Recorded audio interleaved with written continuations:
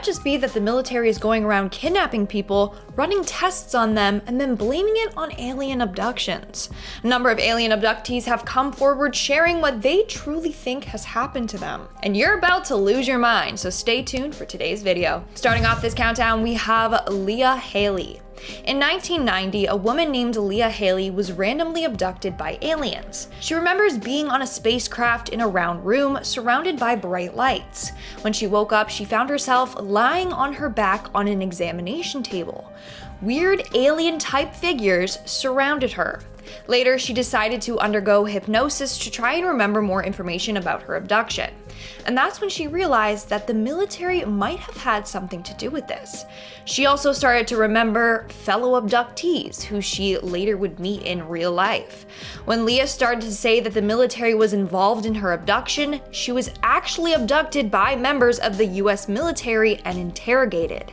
They apparently told her not to tell anyone or else they would kill her. Then over the years, she was offered jobs randomly by total strangers for positions at nearby military bases. So she believes that she was chosen by the military for a reason.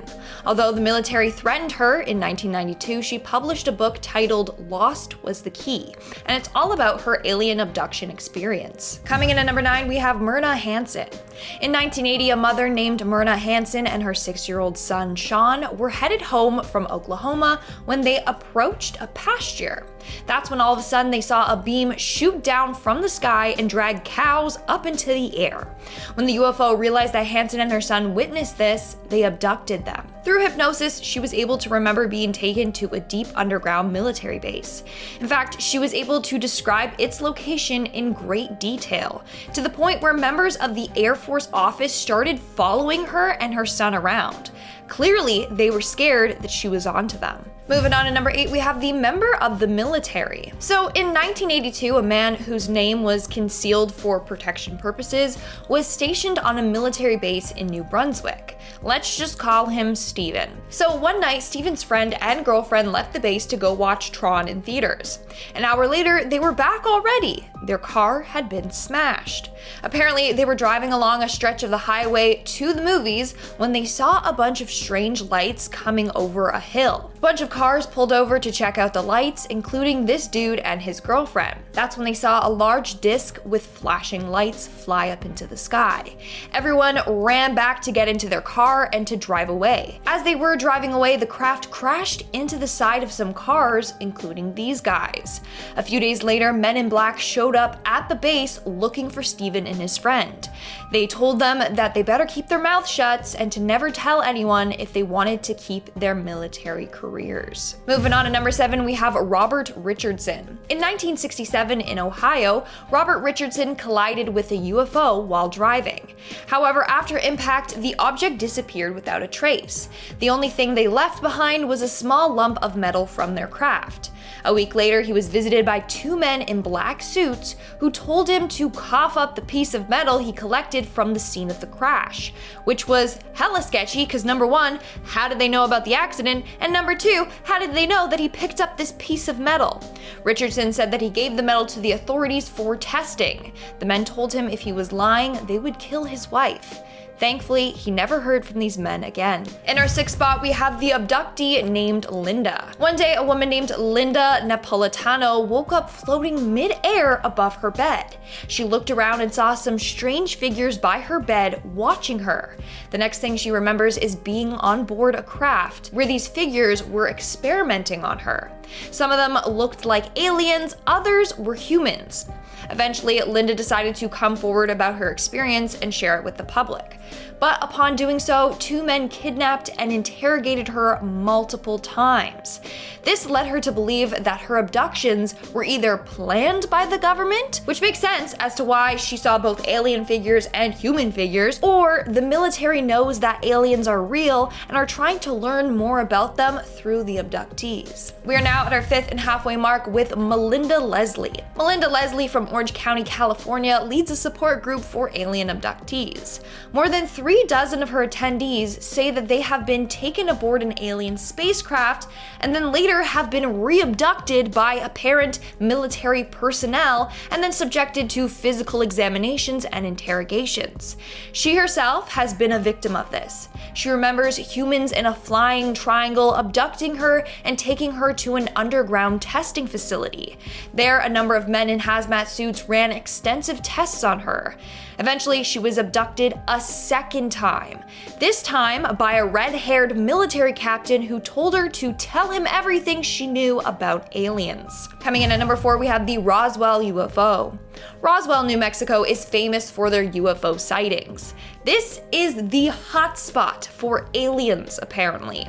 Or maybe it's because the military has a secret underground alien base there. Well, in 1947, a rancher named W.W. Mac Brazel said he found wreckage on his big plot of land. In fact, during that time, there were a number of UFO sightings, so the rancher thought that the wreckage was from a UFO crash. So he brought that material to the sheriff, who brought it to an officer from the US Army Air Force. Later, the US Army announced that what the rancher found was a flying disc. But the following day, the US military quickly backtracked, and they were like, no, it's not a UFO, it's actually just, debris from a weather balloon. Then, years later in 1994, they admitted that the weather balloon story was completely bogus. Now, this isn't exactly an alien abduction story, but it's a real story of the military caught lying and covering up their tracks. Moving on to number 3, we have the Cornfield. This next story comes from a man who grew up on a cornfield. Their name was never released due to privacy reasons, but for our sake, let's just call him Bob. So one night, Bob saw something fly down from the sky and hover right above their farm. It was shaped like a rectangle and it was glowing light. Then it left as fast as it came. The next day, Bob and his family were greeted by 2 men in black suits with dark sunglasses. They said they needed to inspect the farm because there was a supposed natural gas leak. It was very strange because mostly everything on the farm was run by solar energy. Alas, the men were from the government, so Bob was like, okay, your authority, you know best, knock your socks off. The men then went out to the area where the UFO had been the night prior. Now, Bob did tell the men what he had seen. The 2 men said that if he ever repeated that, he was going to be arrested for endangering people. Like, what is going on, and why is the military so sus? In our second spot, we have the test subject. Ever since Caitlin was younger, she remembers being abducted by aliens. At first, she thought she just had a wild imagination as a kid or was a vivid dreamer. That was until she was abducted again when she was an adult. She remembers being taken from her bed by weird men, and then waking up on an examination table surrounded by bright lights. She could not move or scream. She knew she had been drugged. The next thing she remembers is feeling something really hot on her face. The men around her were doing something to her face. Months later, she decided to share her story with the world.